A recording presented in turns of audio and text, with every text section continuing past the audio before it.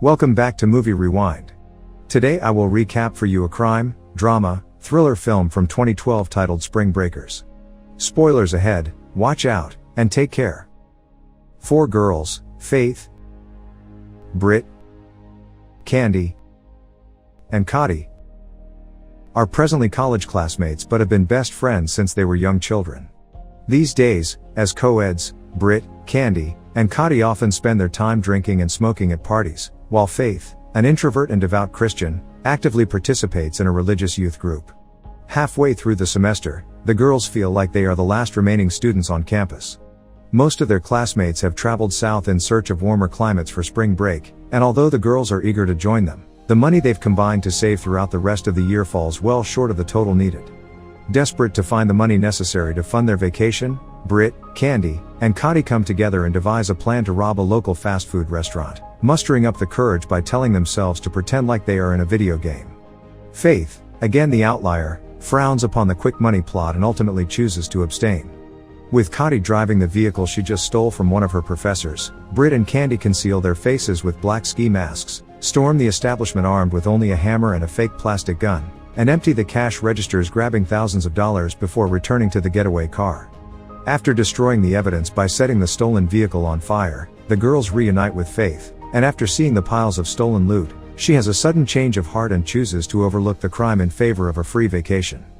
Soon after, the girls arrive in St. Petersburg, Florida, and quickly immerse themselves in the spring break festivities. They spend sunny afternoons at the beach, consume copious amounts of alcohol, and use drugs around the clock to power through the string of never-ending parties.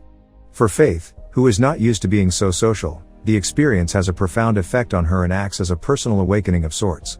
She calls her family, reporting that she has finally found herself, and after raving about the amazing trip and the state of Florida in general, Faith deems it the most spiritual place she has ever visited. The lone unpleasant moment arises one night when Britt, Candy, and Cotty recount the events of the restaurant heist to Faith. Using their other 2 friends as demonstration props, Britt and Candy describe in vivid detail how they pointed the gun at customers, forced people onto their stomachs, and threatened to kill the staff if they didn't cooperate and hand over the money. Faith is taken aback by the way her friends enthusiastically tell the tale of terrorizing and robbing innocent people. One day, the girls attend a packed beachside concert headlined by local performer, Alien, a rapper, and a hustler, who claims to hail from a different planet and embodies the out-of-control spring break lifestyle. Later, the group attends a raucous party at a beachside motel, where after snorting lines of cocaine, putting holes in the property's ceiling, and filling the rooms with party foam, the local police arrive to break up the festivities and the attendees are placed under arrest. After spending the remainder of their night in a jail cell and appearing in court wearing their same colorful bikinis, the girls are issued citations by the judge and given the choice to either pay a hefty monetary fine or spend 2 additional nights in county lockup. Since the group is out of money, a return to jail is unavoidable. However, Alien, who is already at the courthouse to bail out his associates and overhears the girls' situation, is intrigued by the group and therefore, on a whim, decides to also post bail for the 4 friends. Unaware of how or why they are being released, the girls walk out of the municipal building and find Alien waiting for them outside. He offers to tour the group around town, and although Faith is wary of the Good Samaritan's motivations, her friends, on the other hand, don't hesitate to accept his invitation, and when they hop into Alien's custom Chevy Camaro, Faith has little choice but to follow suit. Alien, with the help of the twin brothers he just bailed out of jail, is a mid-level narcotics dealer and up-and-coming rapper who isn't shy about flaunting the many stacks of cash he has at his disposal. Also, a lifelong native of the area, Alien's circle growing up consisted of predominantly minorities, and as a self-proclaimed hustler, he is engaged in most illegal activities imaginable in his pursuit of the so-called American dream. Alien takes the girls to play billiards at a party, where despite the somewhat intimidating setting the girls get comfortable and seem to enjoy themselves, except for Faith who runs away and goes outside to make a scene. In dramatic fashion, Faith breaks down in tears crying that this isn't what they came for, and although she eventually calms down and speaks to Alien on the side, where he tries to make her feel more comfortable, Faith leaves not only the party, but the state altogether, and she proceeds to head back to college alone. The remaining 3 girls, on the other hand, are intrigued by Alien's lifestyle and swagger. They continue hanging out as a group and eventually agree to stay at his house. There, an exuberant Britt and Candy are given a tour of Alien's mansion, which is filled with an arsenal of weapons, assorted Scarface memorabilia, lamps with glowing neon alien heads, and the bed is covered with piles of money. That night, Alien takes the trio out to a local strip club. He gives the girls some cash to throw onto the stage and points out the notorious criminal, Big Arch. Big Arch, who was formerly Alien's best friend and mentor, has since become his mortal enemy and chief competitor.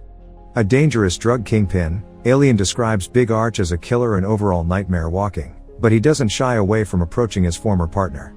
Big Arch menaces Alien, recommending he stick to robbing naive spring breakers because the local drug trade belongs to him, and him alone, and Big Arch has zero interest in sharing it.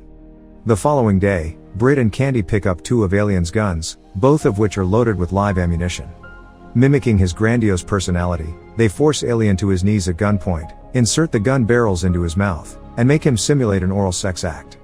After earnestly acting out their fantasy, he calls Britt and Candy his true soulmates before professing to have fallen in love with them. Alien outfits the three girls with matching bathing suits, pink ski masks, and joggers.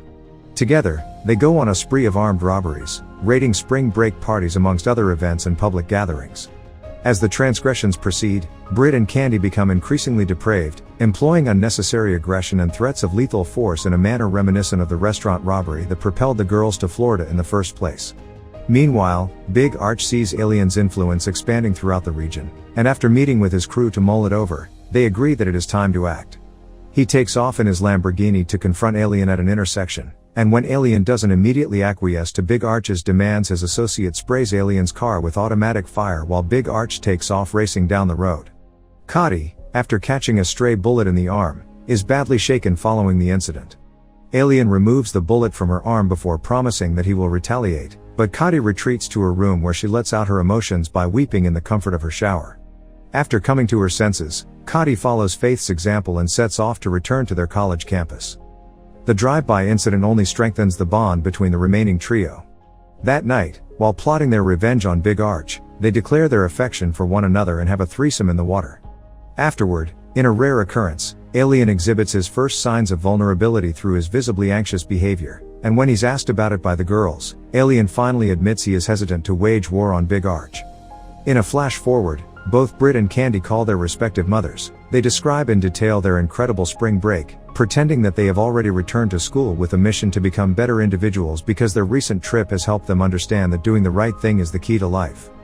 The two girls don their trademark pink ski masks and neon bikinis before joining Alien on his speedboat and riding to the shore of Big Arch's lavish waterfront mansion. As Alien storms the edge of the property, he is shot and killed by one of Big Arch's bodyguards, prompting Britt and Candy to return fire. The girls step over Alien's dead body and continue their assault on the compound. They mow down the bodyguards and entourage along the way to infiltrating Big Arch's residence, where they find him soaking in his oversized bathtub and mercilessly execute him in cold blood. Afterward, Britt and Candy return to the pier and leave Alien's corpse with a final kiss. Then, the deranged duo stands by looking over the water and silently watches their final Florida sunrise, before stealing Big Arch's Lamborghini and heading out of town. Okay guys, thank you for watching. Please leave a like on the video, and subscribe to the channel to see more.